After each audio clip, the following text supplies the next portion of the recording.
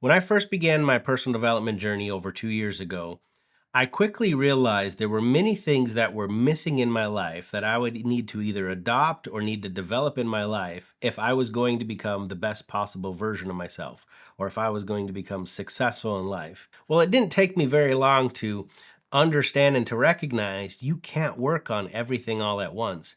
And so part of my personal development journey has been trying to learn and understand and be led in what do I need to develop next. Well, within that process, there's been a few things that I recognize this is going to be very important for me to develop, but now's not the right time. There's other disciplines, there's other practices, there's other habits that I need if I'm going to be successful in developing this thing. Now, one of those things that I recognized very early on that I would need to develop if I was going to become the best possible version of myself, and particularly if I was going to be a success in life, is I had to learn how to be more decisive, how to be able to make decisions, make the right decisions, and not get stuck in indecision.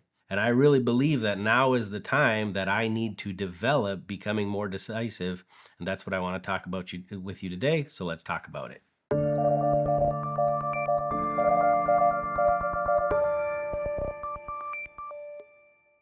So, to begin, one of the first things I needed to recognize is that I'm not a very decisive person.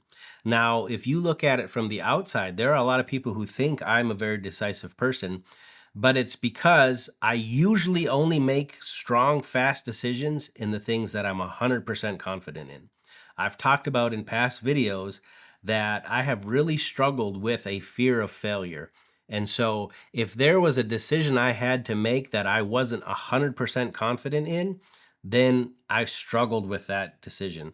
I would agonize over that decision. But that's not going to lead me to success. And in fact, over the past few years, there are a number of situations that I have recognized that because of my indecision, I missed out on an opportunity, I missed out on a good investment, I missed out on a number of things that could have been very helpful in my life, and I could be further along in my personal development journey had I been more decisive. Now, one of the things that I decided to do while developing this new behavior is I made the decision that I wanted to build my own framework around how to become more decisive. So, in this area of indecision, I decided I was going to try to make an anagram of the word decide, DECIDE. And I thought that going through the process of trying to make an anagram for the word decide would really require me to dig down deep and understand what do I understand about indecision? What do I understand about making decisions?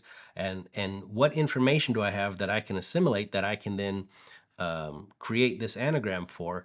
And really, it became a deep dive exercise for me, and I really enjoyed the process. But today, I want to share with you the anagram that I've created for the word decide that I am now using as my framework to develop and become a more decisive person. Now, my first D in the word decide is default to action. Now, the reason I made this my first one is because this, I believe, is one of my biggest problems where indecision is concerned. I have never been somebody whose my default is to decide and act. My default throughout most of my life has been to not move and not act until I felt like I had all the information that I could have, that I was 100% sure that I couldn't fail, that I was 100% sure that I knew everything I needed to know. And so my default action has always been to wait. Now, there are times where you're going to have to, when you're making a decision, you're going to need more information. You're going to need to wait a little bit longer. But that shouldn't be your default. If you want to become a decisive person, then your default should be I'm going to make the decision as quickly as I can with the information that I need to make that decision. See, one of the things that I've realized in my default of waiting and my default of holding off until I had more information is I've realized that I'm actually trading my time, my mental load, and many times opportunities for an illusion of safety. You know, not every decision you make is going to be perfect, but we have to understand not every decision you make has to be perfect. There are so many times that a good decision made quicker is better than a perfect decision made slowly. Now, for the first E in decide, I have made that eliminate the noise. You know, another issue that I've had in being indecisive is I will often look at every alternative that's out there. What I've realized is when I look back on the decisions that I've made that were successful, usually the decision came down to two or three options. Usually I don't have to decide between 100 different things. There are often in all types of decisions you're going to have to make, there's often going to be the two or three, maybe four obvious ones that you should do. And if it's very evident that your real options based on what you need, based on your values, based on your whatever criteria you have in the decision you have to make, if there's two or three obvious ones that just float to the top, well, then just get rid of the rest. Don't feel like I'm making a decision between 100 things. Just understand you're really making a decision between two or three things. You're eliminating the noise and you just keep the obvious and just getting rid of all that extra paralysis from analysis because I'm now analyzing 100 things over just these three things. It's really going to help you become more decisive. Now, the C in decide, I've made that confront my fear. I've said it before, but my biggest issue with being indecisive is fear.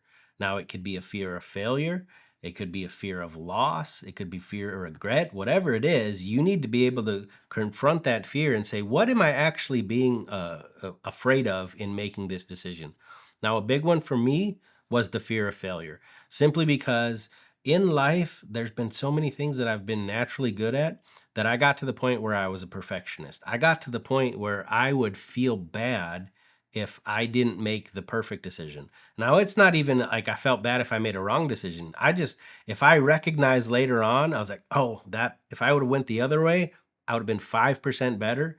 I would still beat myself self up over it because I didn't make the perfect decision. But really, when I analyzed it and when I looked at it, that fear of failure often came down to pride. It often came down to I don't want people to look down on me or know that I didn't make the right decision. And from a biblical standpoint, from a Christian standpoint, Bible says that pride comes before a fall. Pride is one of the most dangerous things you can have in your life for multiple reasons, both spiritual and natural. But it was that fear of, what if I make this decision and I lose money in this investment, and then my wife will look at me differently because I didn't make the right decision? Well, that's a pride issue. But you need to confront your fear that's stopping you from being decisive. You need to analyze it, you need to understand it, and you need to be able to work through it. Now, as a believer, one of the biggest things I need to learn to do is cast that care over on the Lord. I need to be able to take the biblical principles I know and resist that fear so that I can make the decisions that the Lord is leading me to make. Now, the I in decide is identify the risks. There are some people who all they do is act, but they don't make a decision and act. If you just act, you're not being intentional. What we want is to default to action, but we want to make an intentional decision. And one of the things you have to do in making a decision is identify the risks. What are the true risks in making this decision? And the more risks or the more possibly bad consequences you have, the more you do have to slow down, the more information you do have to have. One of the things that I found in my life is because I didn't identify the risks of the decision, I would get caught up over things that really didn't matter all that much.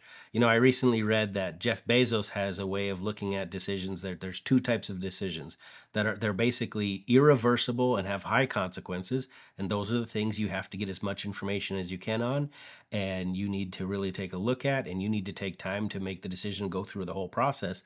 But there's other decisions that are really, they're not that consequential. They're not really they're not irreversible. There's something that you could make a decision on, and if you found out you were wrong, you could actually quickly pivot to something else, and it wouldn't really make that big of a deal other than you missed it.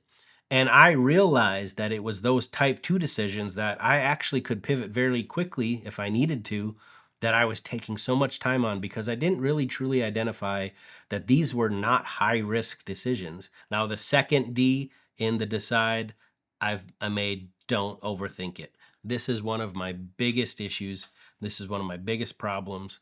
And it usually comes down to the fact that I often in my decision making process will get to the place where I have two really good options, but I will sit and agonize over those options and try to find the one tiny difference between these two things that will just give it the slight edge over the other. And I just overthink and overthink. Very recently, I was wanting to buy a new camera, and I wanted a Fuji camera. It's just something I've been playing with in my mind. I thought this would be my fun camera. It wouldn't be my workhorse. And I got to the point where I was looking at two different Fuji cameras. One was the new XM5 and the other one was the XT50. Now, when I got right down to it, they were both good options. They would meet my needs or my desires in different ways. To be honest, I realized I could have been happy with either of them, but I literally took months and months and months to try to make this decision. When really, when I had two good options, I could have picked either of them and been happy with them. Now, eventually, I did pull the trigger and I made the decision to get the XM5, and I've been happy with it. But when I've been playing with this, I realized if I would have got the XT50, I would have been just as happy with it. But I overthink so many times when often I have two really good solutions in front of me and I can just pick and move on and be perfectly happy and satisfied with the decision I made instead of agonizing for months and months over two really good options. And then the last E for me is I'm going to embrace my choice. One of the other things that I found that really doesn't help me in becoming more decisive is often, even when I finally make a decision after usually way too long thinking about it, even after the decision is made, I'll still think about, well, what if I had made the other decision? And if you do that, if you practice that on a regular basis, you are then practicing, I'm going to be indecisive in my next decision because if I make the wrong one, I'm still going to have this burden. So, one of the things that I've decided in terms of moving forward and being more decisive is once I've got the information I know I need, once I've eliminated the noise and I've gotten to maybe two really good solutions and I've identified the risks and it's a low risk, I'm just going to pick one of them. But then once the decision is made, I'm going to embrace it. I'm not going to sit and think about what might have been. I'm going to move forward confidently. I made the right decision. And even if I realized that it was a wrong decision, if I had identified the risks correctly, then this is probably a decision that is easily reversible or something I can pivot from. Then my job is not to sit back and worry about, well, I should have made that other decision. At that point, my job is to say, okay, what am I going to pivot to now? And so I think this really has been what slows me down from a being more decisive is I've practiced thinking the what if. And because I have that burden afterwards, it just makes me less likely to be decisive in the future. So those are the things that I am actively working on right now, and I'm keeping this in front of me whenever I have decisions. My desire is to be a more decisive person. I believe to become the best possible version of myself, I need to become a more decisive person.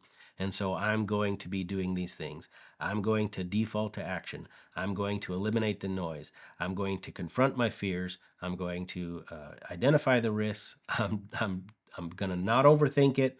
And I'm going to embrace my choice. And I truly believe that if I will commit to adopting these things and developing these things in my life, I will become a more decisive person. And I truly believe it's my next step in success. I truly believe it's that next level in my personal development journey.